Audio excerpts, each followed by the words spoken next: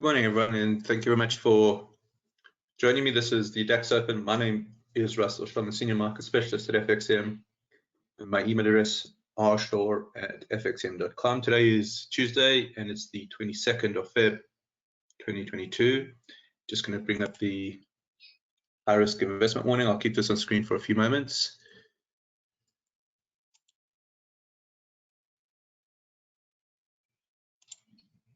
All right, let's just bring up our commentaries disclaimer as well.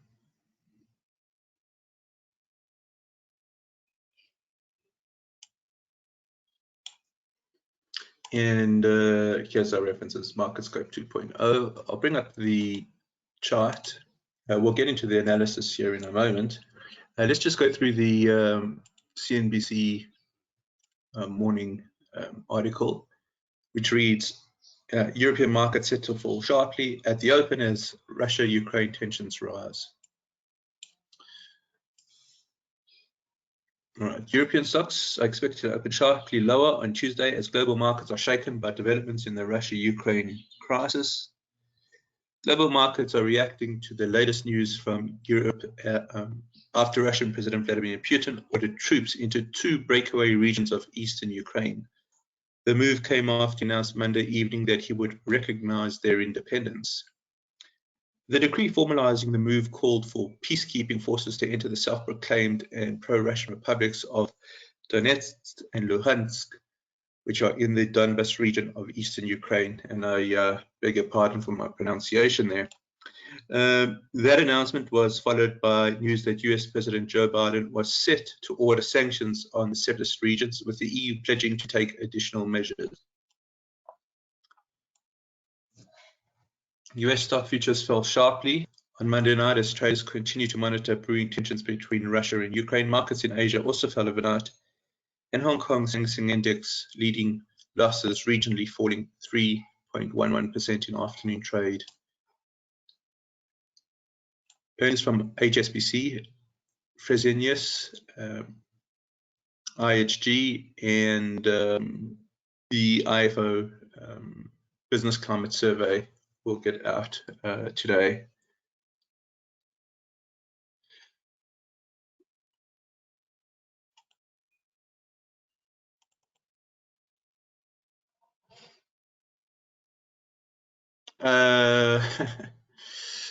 Shadrach, can I explain leverage 800 to 1?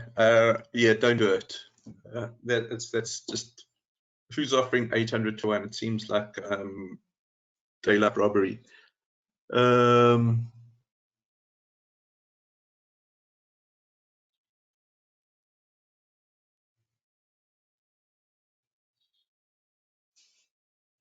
you just need to send me an email, Shadrach. I don't think that it could be. 30 to 1 is limited by the regulatory. 30 to 1, so 800 to 1 is astounding. Hey Pete, morning to you. Shadrach, just send me an email. I will reply, but just check your spam folders, because last time I sent an email, I remember it disappeared into that spam. But just send me an email. Yeah, don't go near 800 to 1. All right. Hey Jan, good morning to you. All right.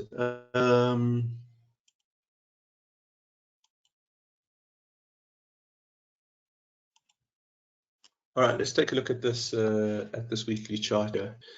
Well, you can see yesterday we drew this. Let's bring in an arrow here.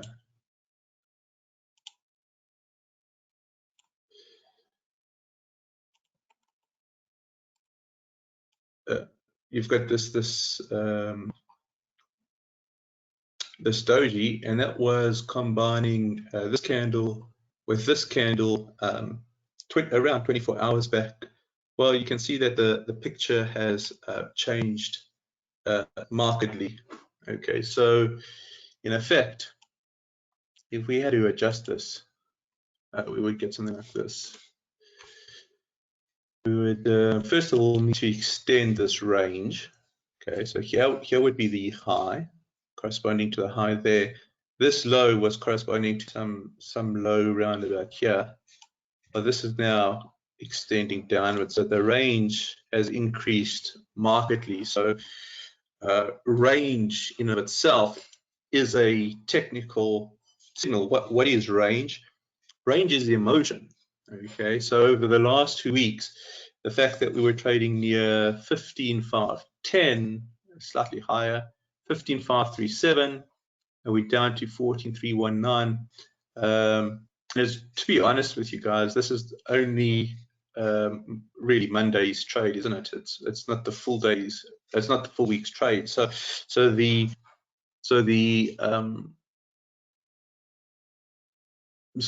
range here is showing just huge emotion, and that emotion's to the downside. How do I know it's to the downside? Well, then you just take this tick and we'll put it down to where the last closing price is, which is round about here, roughly. So there is a huge change in scope over the last 24 hours. And if we turn this into a Japanese candlestick,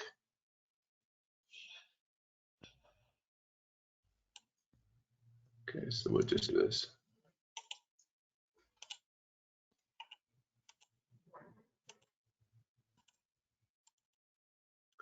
All right, so you can see we've got this big red candle when we combine this week.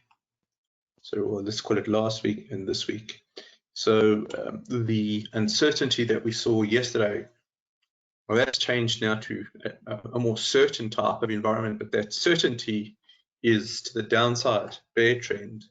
Okay, so we have got a bear trend until we see price action suggesting otherwise, and we can move this LT over here. Okay, now let's get rid of some stuff. Let's get rid of a big one. Let's get rid of some line studies here so that we're not confused. Okay, let's take these because we're not in that range anymore.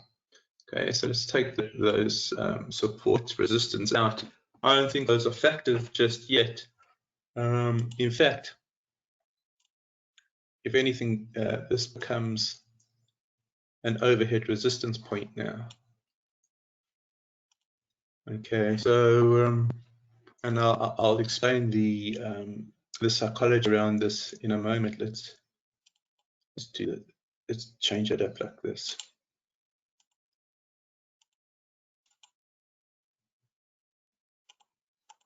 Okay, so we've kind of got this very dire looking lower peak followed by lower trough.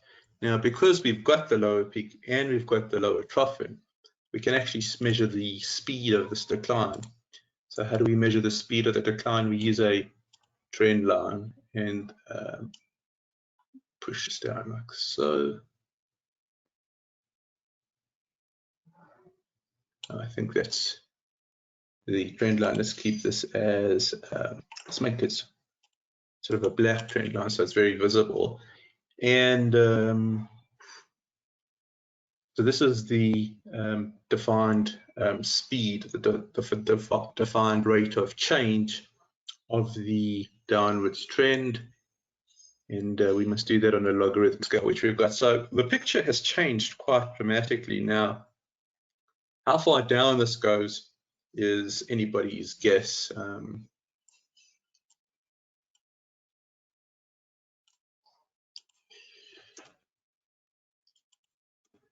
Theoretically, you know, a trend develops with lower peaks followed by lower troughs until that cycle is broken. So if we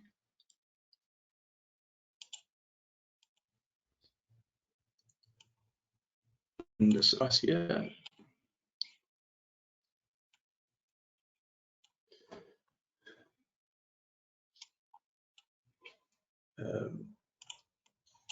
a series of these would be a bear market. Okay. Now we just want to keep an eye on this. How would this downtrend end? Well, it would end if we took out this peak over here, or if it makes an inverse head and shoulders. Okay, so that's what we can look for. Strange as it sounds, so we got to watch this very, very carefully. Strange as it sounds, indexes tend to actually act positively when there's a war. It sounds quite contrarian, and it sounds very disconcerting. But if you go back to say 2003, and you saw the invasion of Afghanistan, it was the start of a bull market, and I think going back sort of to the early 90s, with the invasion of Iraq, it prompted bull markets. So just, I guess, a bit of trivia there. I'm not for one minute saying that's going to be the case this time, but the markets do have a history of actually being supported by war after an initial period of fright, so to speak. It's a very sort of disconcerting observation.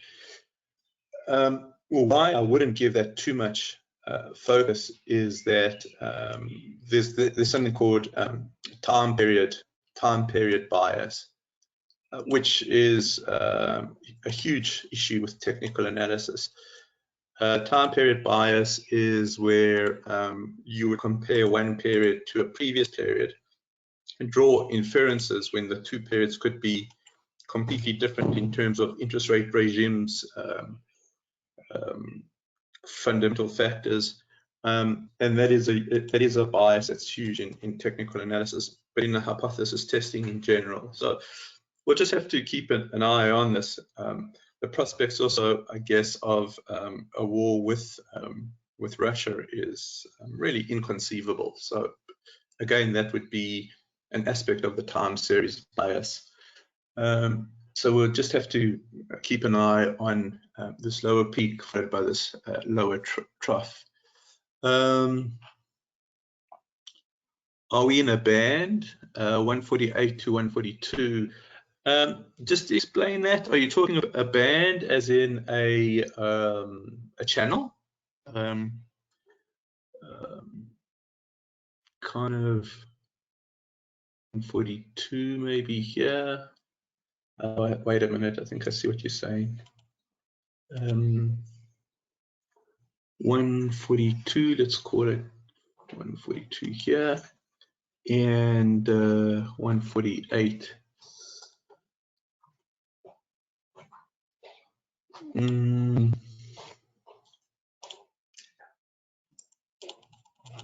I don't see it, Pete. I think that's what you're looking at. I don't see it, but you know, anything's possible. What I would be worried about, is, of course, the movement back towards, say, this level here. So that's your 148, right? And then we get the next sort of leg in the, so then we get the next lower peak, lower trough. So that would be the trajectory if this downtrend was set to continue. Okay. So the idea here is that I think the 148 probably, in my mind, subject to correction, in my mind is probably now the area of resistance that we need to watch, right? Yeah. Okay. So Pete says it was the high in January. Or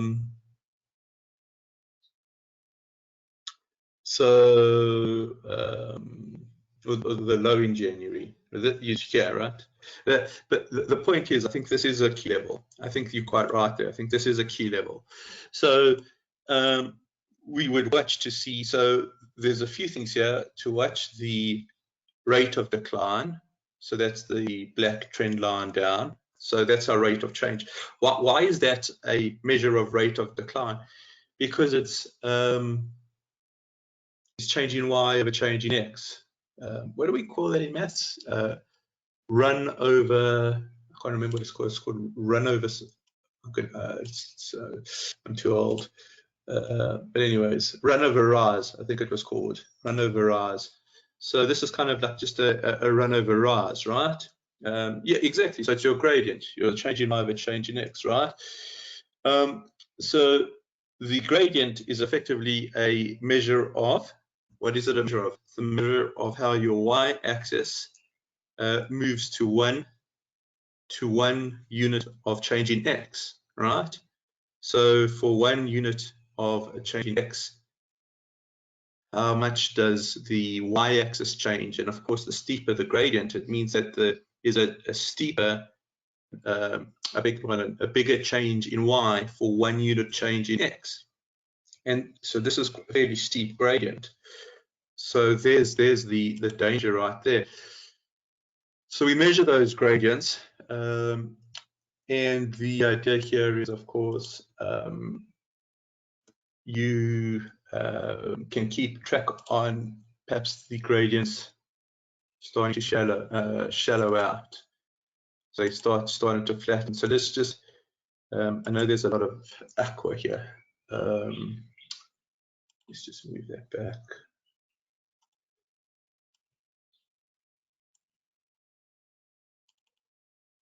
All right, let's change this color to something different because there's too much aqua. Let's just make it green.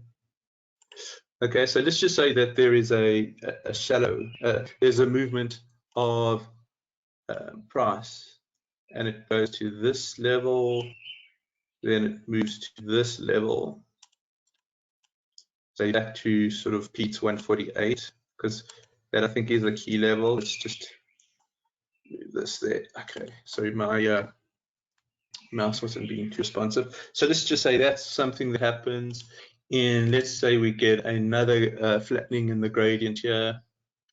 Okay, and we'll just change this color to say blue. So it's kind of going from black to green to blue. And then if we break above the blue, that's actually what's called the fan principle. I don't know if you guys have ever come across it. You can just Google it, or you've got a stockcharts.com. So a fan principle, we can, because we've got such a steep, because we've got such a steep gradient to the downside, I wouldn't be surprised if it starts flattening out. Now, it's a dangerous statement to say that, because of course there's an element of forecasting there, which is, as you guys know, impossible. But a very steep gradient does suggest some sort of oversold or overbought if it's to the upside, or some sort of overshoot to the downside. The problem with overshoots to the downside is that they are much more vicious, right, than overshoots to the upside. Fear is a much stronger emotion than greed is, and clearly there is an element of fear in the market here, and that's why we're getting this steep gradient. But the likelihood of it maintaining, I think, is probably not sustainable. I don't think that this. I'm not saying this overshoot is done. I'm not saying that this leg down is done, but these movements to the downside are an inherent reaction to. It's an effect so the cause is fear. The effect is an overshoot. So it's a cause-effect type of relationship going on, and that cause-effect relationship does, whilst it makes us extremely fearful, because we just see wealth eroding. If we just go back 2 years to COVID, okay, here's the overshoot. Here's the overshoot. Okay, once the market was comfortable that it had overshot, there was a really good buying opportunity. Of course, getting your timing right in some like this is nigh on impossible. That's the challenge. But I would suggest that because we have such a steep movement down here, just because the ramifications of you know, the ultimate ramifications of what's going on over Ukraine, Russia is so scary. One would think that there's a potential overshoot over here. So we just want to keep an eye on that. Okay. We also don't want to trade against momentum. Okay. So what I'm saying here is, yes, we've got this lower peak, lower trough. I think we have to acknowledge and respect that low peak and low trough. But in the back of our mind, we've got to be thinking, is the market overshooting here? So let's just keep an eye on that. Now, I think Pete's 148 over here, I would tend to suggest, to agree, that's probably a key level. So even if there is some sort of bounce, that becomes a key level for us to watch, because it may draw in the shorts again. So be aware of that. Now, if we go down to our daily chart over here, well, you can see what's happening on the daily chart. We've got a huge movement in zone 3, and you can see that there is a huge increase in volatility. How do I know there's an increase in volatility? Take a look at the Bollinger. See, the Bollinger Bands, in the calculation of the Bollinger Bands, they use a standard deviation. So the reason that I'm saying that is because standard deviation is a measure of volatility. So John Bollinger included volatility in his calculation. And when you see the expansion in the Bollinger Bands, well, that's the standard deviation increasing. That's your volatility increasing. So you've got a very dangerous situation here. You've got a weekly chart that's got a lower peak, lower trough. You've got a day now that is clearly in our weak area. So let's put this in the right place. And you've got this expansion in volatility. Those combined would suggest the path of least resistance is to the downside, which I think is what we pay attention to as traders. However, let's not get lost in that, because these tend to be overshoots, and wars, I'm sorry to say, tend to reflect actually positively on the stock markets. Not always, but many times. Acknowledging, so we don't want to get caught in a sort of a bias there. All right, so we've got this lower peak, lower trough. We've got this down here in the daily, and now we're going to go through to our hourly.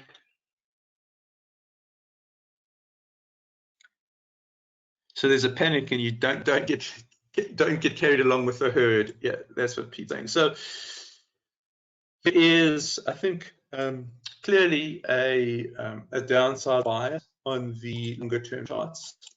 That means that if there is any sort of movement up, I would keep an eye on the central pivot as our first level to see if that brings in some shorts, and we get pushed down again.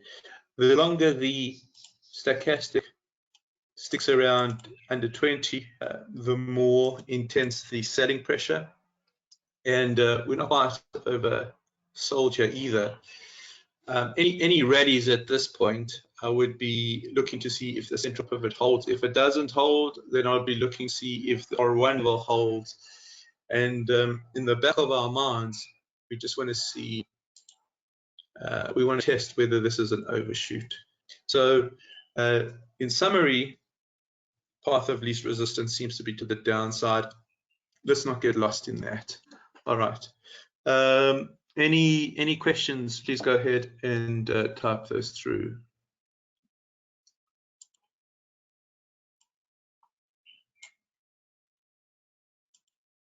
All right. So we will do a US Open this afternoon. So I'm fairly convinced with sort of most of the things that I've needed to be done have been done. So the afternoon should be clear. So we will have a US Open this afternoon. Thank you very much for joining this morning, guys. Look forward to speaking with you later in the day.